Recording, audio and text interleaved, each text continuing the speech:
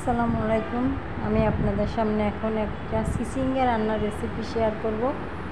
দেখেন আমার রান্নাটা মূল প্রসেস। প্রথমে কড়াইতে তেল দিলাম। আমি যদিও সিসিঙ্গার ভিতরে পেঁয়াজ, কাঁচামরিচ, তারপরে রসুন এগুলো একবারেই করে তেল দিয়ে কড়াইতে তারপর ছেড়ে দিছি। তবে একটা কথা মাথায় রাখবেন, চিচিঙ্গা যখন রান্না করবেন ওটা ঢাকা যাবে না। ঢাকলে পরে আপনার কালারটা একদম নষ্ট হয়ে যাবে, দেন খেতেও ভালো লাগবে না। না ঢেকে যতটুকু সম্ভব রান্না করবেন, দেখবেন দেখতে ভালো লাগবে এবং খেতেও ভালো লাগবে। সবুজ সবুজ একটা থাকে।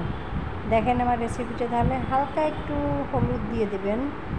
যদিও মরিচ আমি অ্যাড করছি, এখানে নাগা মরিচ দিছি আমি চিচিঙ্গার ভিতরে, ভালোই লাগে অনেক নাগা মরিচ দিলে। দেখেন আমার রেসিপিটা।